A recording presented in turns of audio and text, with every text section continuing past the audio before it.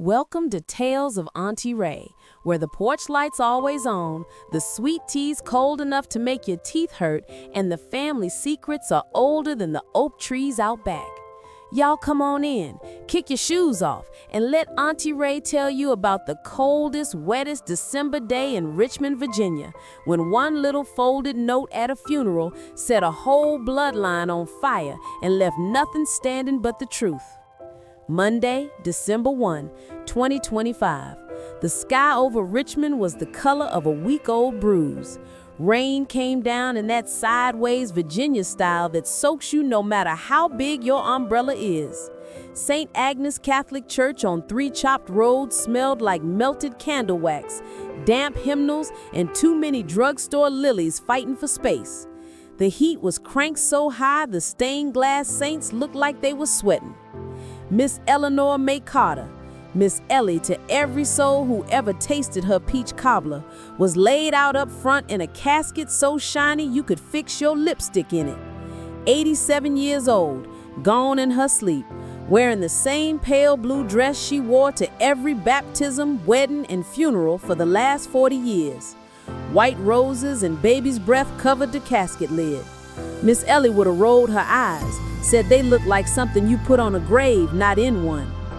I was perched in the third pew from the back, left side, the one with the wobbly kneeler and the initials TL plus RW carved under the seat from 1974. I ain't close family, just the cousin who always shows up with banana pudding in the Tupperware nobody ever returns, so I was minding my manners and my business. The new priest, Father Daniel, barely 30 and still shiny, gave the safest sermon you ever heard. Something about vessels of clay and treasures in heaven. Half the congregation was nodding off. The other half was checking their watches to see how long till the ham biscuits downstairs. When the final prayer was over, folks started the slow shuffle toward the aisle. Black coats, wet umbrellas, perfume thick enough to choke a mule. That's when I saw Lydia Carter, tall, quiet Lydia with the dark red hair and the librarian glasses, stand up real slow from the end of my pew. She looked down at the seat beside her like the Holy Ghost himself had just whispered her name. There, innocent as you please, was one piece of heavy cream stationery, folded once, sitting exactly where her coat had been. In Miss Ellie's perfect Palmer penmanship, tight loops, sharp crosses, little flourish on the L, was one word: Lydia. The church was near empty, just the altar guild ladies fussing with flowers up front and old Mr. Jenkins still kneeling like he forgot the service was over. Lydia's hand shook when she picked it up. She glanced around, nobody watching, and unfolded it right there under St. Cecilia's window that Miss Ellie always swore looked nothing like her. I was close enough to see her eyes go wide, then glassy, then wide again. Her mouth opened like she was fixing to scream, but no sound came out. She pressed one fist to her lips, stuffed the note in her coat pocket, and walked out like her shoes were full of hornets. Y'all, if this story's already got you leaning in, do Auntie Ray a favor. Smash that subscribe button, tap the bell so it dings every time I drop a new tale. We're fixing to go deep, and you don't want to miss what comes next. Lydia drove straight from the cemetery to Miss Ellie's big white house on Grove Avenue in the Fan District. 3 stories, wraparound porch, the one with the turquoise ceiling everybody talks about. The funeral guests were already thick as flies on ribbon cane. Cousins in pearls, great nephews sneaking bourbon in their coffee, somebody's toddler running wild with a deviled egg in each fist. Lydia slipped in the back door like a thief, went up the narrow servant stairs nobody uses anymore, and pulled down the attic ladder so quiet you couldn't hear it over the John Denver somebody put on the stereo downstairs. Miss Ellie loved Take Me Home Country Roads, even though the closest she ever got to West Virginia was a church picnic in Charlottesville. The attic smelled like cedar and old secrets. One bare bulb swinging from the rafters threw shadows that danced like gossip. In the far corner, under a faded Christmas tarp, was the forest green lockbox Miss Ellie kept her important papers in. Lydia dragged it out, knees popping on the plywood, heart hammering so loud she swore the mice could hear it. The note had said, "Combination is your mother's real birthday, the one on the certificate I kept hidden." Everybody knew Helen Carter, Lydia's mama, was born June 12, 1968. Big party for her 50th, sheet cake from Western Bakery, the works. Lydia spun the dial, 61268. Nothing. She tried again, still locked. Then a cold whisper crawled up her spine. She tried 61264. Click! The lid popped like it had been waiting 60 years to exhale. Inside lay a manila envelope marked Helen, original, a smaller envelope with Lydia on it in the same handwriting, and one Polaroid, a newborn wrapped in a pink and white hospital blanket, eyes scrunched shut, shock of dark hair. On the back, in faded blue ink, Helen Grace, 9/14/1964, 7 pounds, 4 ounces, St. Mary's Hospital. Y'all, do the math with me real slow. Helen Carter was born in 1964, not 1968, which meant she was 59 years old the day Miss Ellie died, not 57. And it meant Lydia, sweet Jesus, it meant Lydia was 35, not 31. Every birthday, every driver's license, every milestone had been built on a lie older than she was. Lydia opened the manila envelope with fingers that wouldn't stop trembling.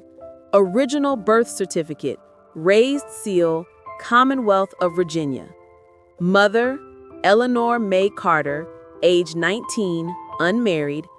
Father, not listed. Child, Helen Grace Carter, born 9/14/1964. Miss Ellie, 19 years old, scared to death, sent away to one of those homes for troubled girls in Norfolk, had come home with a baby nobody could know was hers. So the family rewrote history. Helen became the late-in-life surprise baby of Ellie's parents. Ellie became Aunt Ellie before she was old enough to vote. They paid somebody at the courthouse to change the year. In 1964 Virginia, shame was stronger than law. But honey, that was just the first match. The second envelope held 3 pages in Ellie's handwriting. Tight, neat, no margins wasted. Lydia, my brave girl, if you're reading this, I finally ran out of time to fix what I broke. I'm so sorry I'm greeting you with secrets instead of hugs. Helen is my daughter. I had her at 19, alone and terrified. My parents couldn't bear the whispers, so they took her from me and raised her as theirs. I was allowed to stay in the house, but only as the big sister. I never married because how could I leave the child I already had, even if she called me auntie?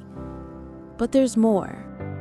My daddy, your great-granddaddy, wasn't the humble traveling salesman we let people believe. He owned half the tobacco warehouses south of the James, before integration. When the laws started changing, he saw the writing on the wall, sold everything quiet, and moved the money to the Caymans before anybody knew to look. When he died in '89, he left it all to me in a trust nobody else in the family ever knew existed. There's $11,942,000 and change waiting in an account with your name on it now. The papers are in the false bottom of this box. The trustee is Walter Pierce.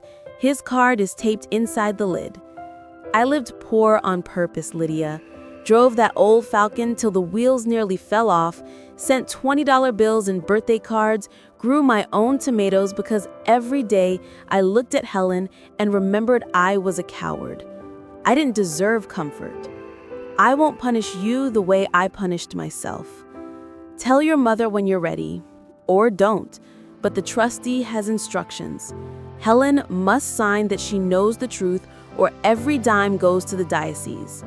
I figured that was the only way to force my brave girl to do what I never could. Some truths are kerosene, baby. They burn everything down. But sometimes the ground needs clearing for something honest to grow. Keep the Polaroid. It's the only picture I have of her first day. I loved you both more than breath. Forgive me if you can. Ellie, your grandmother, if you'll let me be. Lydia sat on that dusty attic floor until the single bulb flickered and the house downstairs started to empty out. She cried exactly 7 tears, counted them, then wiped her face on her coat sleeve and did what Ellie asked. She burned the first note in the kitchen sink and watched the flames curl the lies into smoke. 2 nights later, she was on a plane to Sarasota, carrying the Polaroid, the birth certificate, and a heart heavy enough to sink the plane. Miss Helen met her at baggage claim in huge sunglasses and a white linen outfit, hugging her like Lydia was still 12. "Baby, you look worn clean out. Was the funeral awful?" Lydia just said, "We need to talk where it's private." They drove to Helen's condo on Siesta Key. White couches, seashell mirrors, the kind of place that smells like coconut sunscreen and money. Carl, husband number 2, was at the club pretending to care about golf. Perfect. Lydia made her mother sit on the balcony where the Gulf sparkled like broken glass. She handed her the Polaroid first. She smiled. "Who's this precious little?" Then she flipped it over. The smile died so fast, it left echoes. "Mom?" Lydia said, voice cracking like ice on a puddle. "That's you." September 14, 1964. Ellie was your mother, not your sister. She had you at 19, and they took you from her and raised you as their own to hide the shame. You're 59, Mama, not 57. Helen stood up so fast, the wrought iron chair screeched across the tile. "You're lying." "I wish I was." She handed over the birth certificate. She read it once, twice, then let out a sound I can't even describe. Half scream, half wounded animal. She hurled the nearest thing she could reach, a heavy crystal wine glass, clear off the balcony. It shattered 8 floors down on the pool deck like a gunshot. "All my life?" she whispered. "Every Christmas? Every time she tucked me in when I was little? Every time she called me sister? It was a lie?" "She thought she was protecting you." "Protecting me?" Helen's laugh could have curdled milk. "She stole my mother from me." She stormed inside, slamming the sliding door so hard the glass rattled. Lydia followed. Helen was ripping through drawers looking for cigarettes she quit 10 years ago. Then Lydia told her about the money. $12 million hidden while Helen worked double shifts as an L&D nurse while she clipped coupons and bought Lydia's prom dress off the clearance rack at Belk. She stopped cold. She could have sent me to college. She thought she didn't deserve happiness. She punished herself every day. Helen sank onto the light couch and cried the way only a 59-year-old woman who just lost her entire childhood can cry. Ugly, loud, snot everywhere. At 2:17 a.m., She poured herself a bowl of frosted flakes like she was 6 again, ate 3 bites, and asked, "What happens if I don't sign?" "The money goes to the church."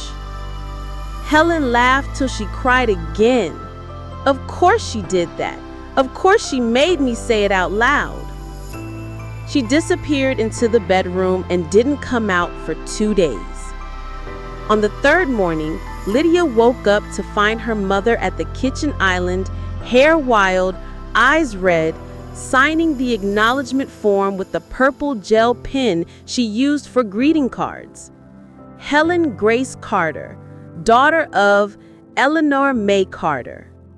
She dated it, slid it across the marble like it burned her fingers, and said, "Tell the trustee I accept the truth, and tell him he can send my half to whatever account he wants. I don't want to touch a dime that came from shame." Then she looked Lydia dead in the eye and said, "But I'm keeping the house on Grove Avenue. That's mine. She lived there with my daughter, our daughter, and never told me. I'm gonna live in every room she lied in until I make peace with it."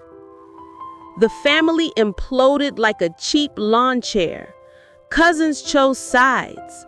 One uncle tried to contest the will.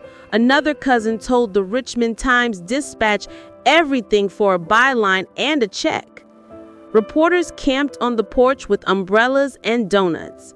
The headline that next Sunday read, "Spinster's Secret $12 million Fortune Rocks Fan District Dynasty." Helen moved into the Grove Avenue house anyway. First thing she did was paint the kitchen the color of fresh butter because Ellie always said yellow was too happy for morning. She ripped up the old carpet on the stairs so every step creaked honest. She planted orange dahlias along the fence, screaming, "Look at me, orange," the kind Ellie grew in her heart but never in her yard. Lydia quit her government job in D.C., moved home, and together they turned most of the money into the Eleanor Grace Foundation, quiet scholarships for teenage mothers who want to keep their babies and still get degrees, equine therapy for foster kids, domestic violence safe houses that look like real homes instead of shelters, healing work, slow work, honest work. 1 year later, almost to the day, Helen was cleaning out Ellie's bedside drawer and found a final note taped inside the old leather Bible Ellie read every night. "My dearest girls, if you're reading this together, you did the hardest thing I never could. You chose truth over comfort, love over pride. I am prouder of you than I ever deserved to be. Live big, love loud, paint rooms yellow, plant dahlias that hurt to look at because they're so bright. And when busybodies ask how an aunt and niece became mother and daughter overnight, you tell them sometimes the family you're born into is just the rough draft. The real one gets written in fire and forgiveness. I'm waiting on the porch with sweet tea when y'all get here. All my love, forever and always. Ellie, Mom, Grandma. Whatever you need me to be today." They read it in the butter yellow kitchen while coffee brewed and dahlias waved outside the window like they were clapping. Helen cried 4 tears, Lydia cried 4 tears, then they went outside barefoot and planted another row of orange dahlias so loud the neighbors came out to see what all the color was about. Some truths are kerosene babies. They'll burn your whole world down to cinders. But sometimes, only sometimes, those ashes are exactly what the garden needed. That's the story of the funeral note that changed everything. If it touched your heart, touched your spirit, Or made you think about that one box in your own attic you've been scared to open? Give Auntie Ray a like. Drop your own family secret in the comments, anonymously if you need to. And subscribe so we can sit on this porch together again real soon. Until next time, keep your tea sweet, your heart open, and your dahlias loud. Auntie Ray loves every last one of y'all. I'll see you in the next tale. Mwah!